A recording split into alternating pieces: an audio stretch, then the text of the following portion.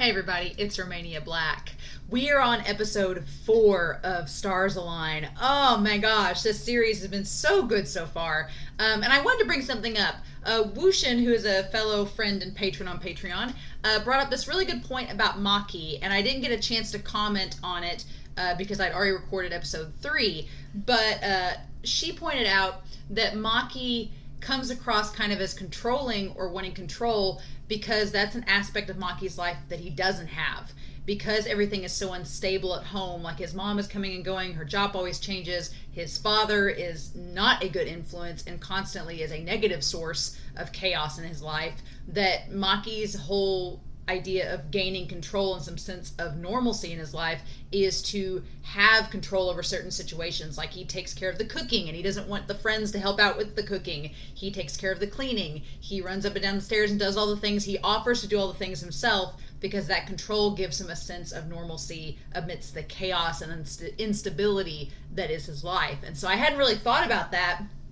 And then Wushin pointed that out. I'm like, oh yeah. So Maki coming across as a controlling person with the team is just his personality. It's just him trying to have some semblance of balance in his life. And that's the only way he can kind of attain it, is by having that kind of control over the situation.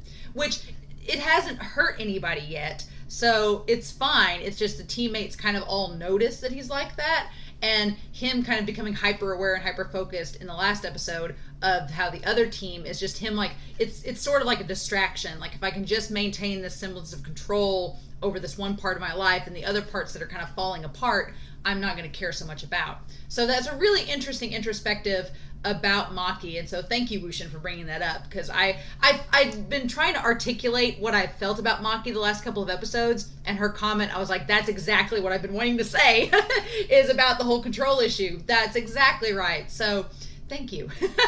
But yeah, so last episode was so good. Really funny. The humor, the go die line still gets me every time. But Maki realizing that they're being paired up wrong, and that's what's causing the trouble with the team. And so I think that's really cool that Maki is taking charge and trying to figure out what's going on to help make the team better, because he wants to get money and he wants to help them win a game. And Toma's on board with it too, because he wants to win as well, to keep the team going and getting funding. So really good episode. I liked Mitsui last episode. She wasn't quite as negative. She was slowly easing her way, like tipping her toe in the water of this group of friends. And then of course we got Itsuki. The backstory with him, holy crap. Just trauma central. Like his mom just being burnt out and pouring the boiling water on the baby. And Itsuki as a baby, and then seeing him and his sister walk home together. It's a good establishment in this world that everyone is struggling from their own battles. Every character has their own battle that they're working through, and everyone's life has some trauma in it, but these characters are coming together in spite of that.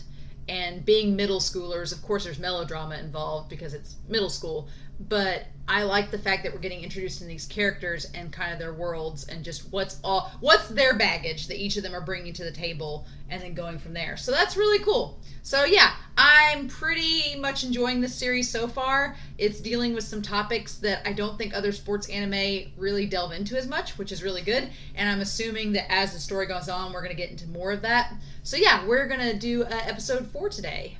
But yeah, we are going to start episode 4 of Stars Align here in 5, 4, 3, 2, 1, and let's go.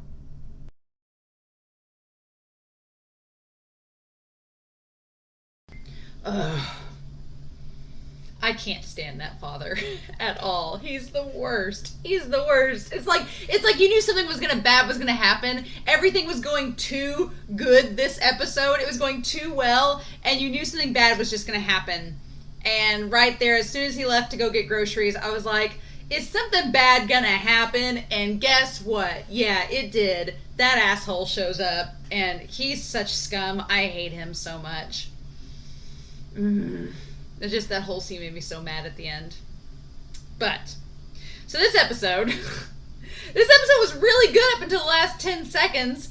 It was so good. Grasshoppers, our team of grasshoppers, as the girls' team tennis coach would say. They are all grasshoppers jumping up and down.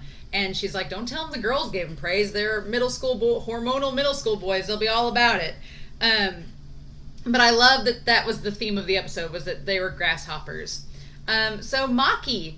Maki is a competitive It's not necessarily, I guess, that Maki is competitive, but that Maki is smart, and he's a thinker, and he knows... He's like the strategist of the group. He knows what to do and how to strategize, which makes me so frustrated at the end with his dad, because his dad's like, well, you're filthy like me. It's just in your genes. It's like, his mom's also an architect, so maybe he doesn't take after you. Maybe he takes after the mom. Did you ever think about that?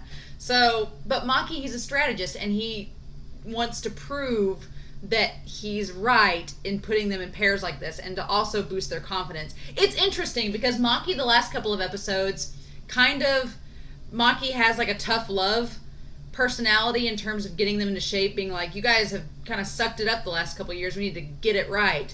And based on how he's grown up, you can kind of infer that he's taken some of that from his parenting, and how he's been parented.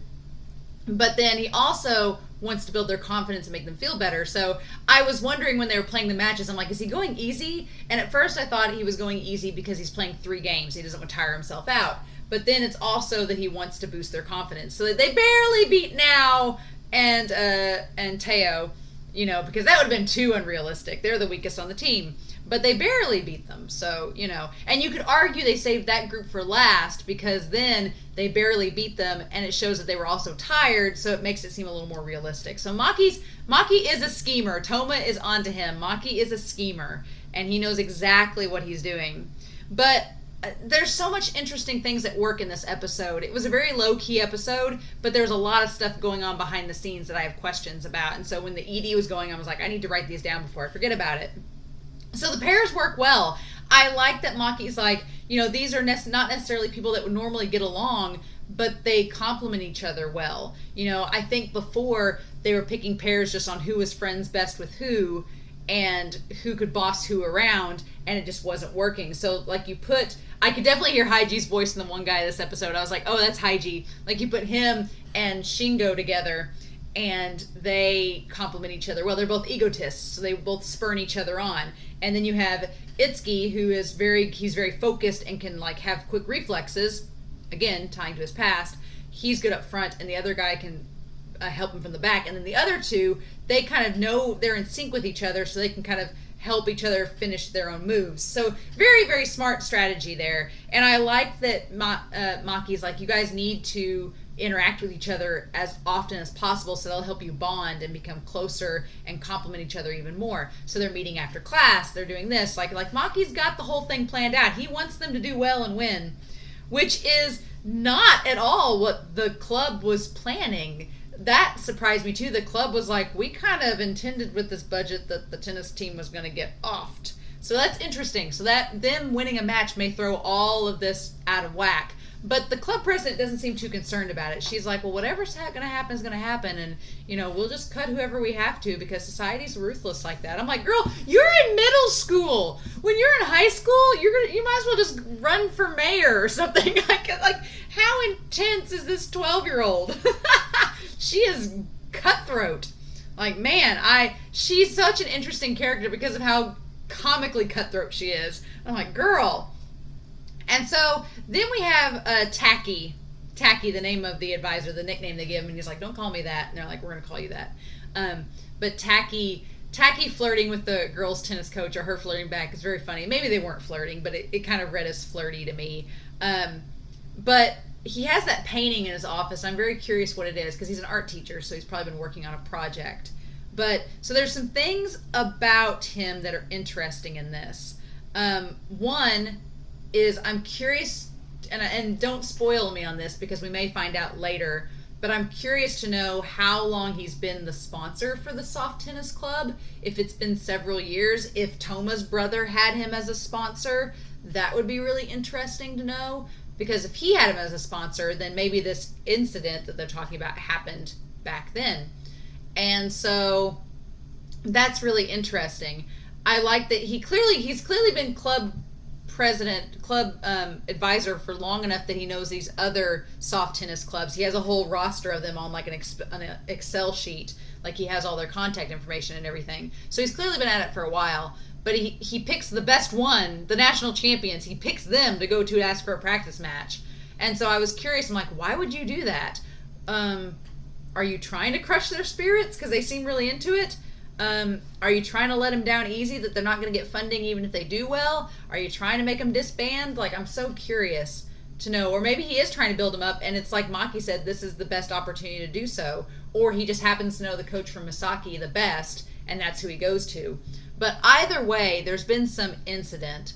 And during the reaction, I was thinking to myself, I was wondering maybe if the incident has something to do with Toma's brother, if Ryoma, if during his days in the tennis club, if it has something to do with that. Because if you think back to episode 1, Toma was really upset that they were going to disband and he wanted to keep the club going. But Ryoma's like, don't do it on my behalf. Maybe some things need to die off and leave. So I'm wondering if the incident, whatever that is, has something to do with Toma's brother and when he was on the team, and if that's has something to do with it, and that's why the brother's okay if the team disbands. I don't know. They make it sound like a lot of time has passed since the incident, so it's okay now. Like all the kids have moved on. Like, none of the kids that were around during it would remember or know on the current teams, so it's fine. So I'm curious to know if we ever get anything back on that. That would be interesting.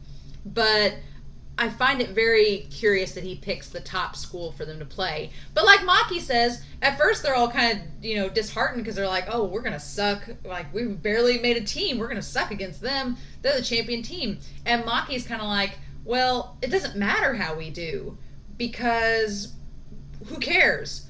We're going to go in there and show them how much we've changed from last year. And if we lose, we lose. We're facing a national championship team. We know we're not going to win. Or we should go in not expecting to win, but just to do our best, and we'll learn along the way, and this will be a good learning experience for us. So he's got the right mindset to go into it, and I hope that the other players keep that mindset throughout.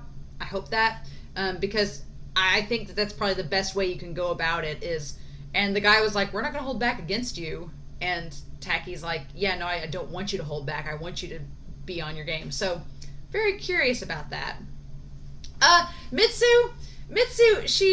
Yuta makes the comment that she has an adult personality, and she kind of does. She's like that disheartened adult, which is sad because she's a middle schooler. Like, girl, you got plenty of time to become that disgruntled, disheartened adult of adults. You got tons of time for that. So I'm guessing, my guess with her this entire series has been that she kind of doesn't have much of a home life. Like, it's probably very neglecting. Like, because she makes the comment early on that they don't have food like that at her house. It sounds like people don't cook. Like, maybe she's just kind of in her room eating food and just hanging out by herself. And it sounds like she's been let down enough times it's kind of disheartened her. Because she keeps showing up at the tennis matches thinking that something's going to go down. Like, she's going to catch some drama, and then it doesn't, and she gets frustrated by that. But Toma telling Maki to quit flirting with her is funny. I don't ship them at all, Maki or Mitsui at all. But I think that it's funny that Maki knows how to push her buttons and kind of tease her a little bit. And she's like, quit it. And he's like, no. And then, of course, they all come over. And I just talked about Maki in control this episode. And what happens? He relinquishes some control. Which means, like Wushin was talking to me on Patreon about this, Maki having that control is like maybe a way to de-stress. And in this moment, his stress has gone down. So he's okay with relinquishing some control. Like, he tells Toma to wash the rice or clean the tables or the dishes, and Yuta, he's assigned him to vacuuming. So he's clearly become comfortable with these people, and he's become comfortable with them around him, so that he feels like it's okay if they help out, like he trusts them. And I think that's a big step for Maki, is gaining that trust with these individuals. And it's a shame that they don't have dinner with him that night, because then maybe his creepy dad wouldn't have slunk around. Ugh. But we'll get to him. So the one thing that was just brought up in this episode that didn't really have a lot of extra weight to it was Rentaro. And Rentaro has been off this entire episode. We see him kind of acting weird at the school. We see him acting a little odd. We see him just kind of seeming like he's off somehow, like something's not right. And then he goes home, and everything seems fine at home. His mom is there. Him and his mom seem like they have a good relationship. And he asks her for if she's got any food, and she says, oh, I have these duds. And so I wondered, I'm like, is she a cook? Does she cook for somebody? What's up? And so he takes the duds and eats it and goes off to his room. So I'm very curious. I'm like, I'm guessing we'll go back to Rentaro, but that was just really odd that we had that moment where he was kind of like, just, I don't know. Like, it was very, very interesting. I'm not sure. And then, yeah, the dad. The asshole dad. I was afraid that he was going to hit Maki with the tennis racket. That's what I was afraid was going to happen, but then he would have injured a kid, and that would have definitely expedited the restraining order process, which that sucks she doesn't have it finalized. But he's such a sleazebag. I hate him, and I hate that he's putting all this psychological pressure on Maki and doing all this like psychological molding of being like, you're just like me, you've got filthy genes, you're good for nothing like me, like just give me the money and let me go. And Maki's like, I don't have it, you take it all the time. And he's like, well, get it to me tomorrow. And it's like, oh, it's like, Maki, dude. And the thing that sucks is that he just breaks his tennis racket. And it's like, how is Maki going to explain that to Toma? Because that was Toma's tennis racket. It's like, how is he going to explain it? And I'm sure Toma has extras that he can let him use for the match. But then, how do you explain to your friend that you got his nice racket destroyed? How do you explain that without getting into your whole family business? Because Toma's going to be pissed that his racket's destroyed, and Maki can't talk about it. So I'm like, oh, is there going to be melodrama about this? I hope there's not, but it's teenage middle school kids, so probably. I'm just like, it sucks so much. I'm glad he didn't hit him. And I hate that Maki's instant reaction around his dad is just to cower, like just to brace himself for something bad going to happen. And then we get that awful flashback of him as like a toddler and his parents arguing and his dad clearly abusing his mom. It's like, nope. Get a restraining order, put this man behind bars, get him away from them. I can't stand him. He's the worst. The worst. He is the worst. Nope, not having it. So we don't get anything with Toma and his family this episode. Itsuki, we've had that explanation. We were setting something up with Rentaro. The student council, they're all kind of like, oh, is the tennis club actually going to do well? And then, of course, we have the thing with the advisor. We're not privy to exactly what's going on with them and all of that. But the tennis team itself is fired up. And I'm like, I don't know how Maki's going to cover it this next episode. That's just, I'm like, what are you going to do, bud? What are you going to do? It's him breaking the tennis racket is like something you would see in the climax of a series, not 4 episodes in. Right? It's like the guitar strings breaking and given. It's like right before the climax. But that's not the case here. We're only a third of the way in. So buckle in, buckaroos. Here we go. I did want to note in this episode that there's 2 things that really stuck out to me. Besides there being an opening now, which I wonder, this show seems almost kind of like it's an independent project, and so I wonder if the OP just coming in is just a thing. They're like, yeah, we need this to be legit, sure. Because it's fine. I like the song for it, but it's just a fine OP. It's just using parts and pieces from the episodes we've seen so far. But 2 things standing out. 1, the music. The music in this show is really, really good. I love that piano, that upscale piano that just kind of like it adds so much like tension to the air, but it's like just rhythmic. I really like the soundtrack of this show. It's really good. And the other thing is the animation of the tennis match itself. That was really cool. Seeing them actually like swinging the rackets and their movements and them tossing the ball. I've noted in previous reactions that they all run their own unique way. Like all the characters, the animation is very individualized. It's very fluid. And I really like that, especially the way the tennis ball, like you can feel the weight of the racket when they hit it. Like everything has weight and purpose. And I really, really like that about it. But yeah, this episode seemed very much like a setup episode for next one, which I'm assuming is them facing the other team. But thing with Maki and his dad. We were doing so well. And having a really nice episode, and then he just had to come in at the end. He just had to. And I hate it. Dang it. So I feel like that's going to be my reaction to this whole series. Just, So yeah, next episode, maybe we'll get the practice match. Maybe we'll get some resolution with the dad and Maki. Probably not. But I'm really curious to know your thoughts down below. Please don't spoil me about Rintaro or about the series because I'm curious to know what happens. But let me know what your thoughts are about the episode itself down below, and the characters, especially particularly the council, the advisor, the team, Maki, Yuta, and all them. I'm curious to know your thoughts. So with that being said, I hope you all have a wonderful week. Please stay safe, take care, and yeah, I'll be back next week with episode 5 of Stars Align. Bye.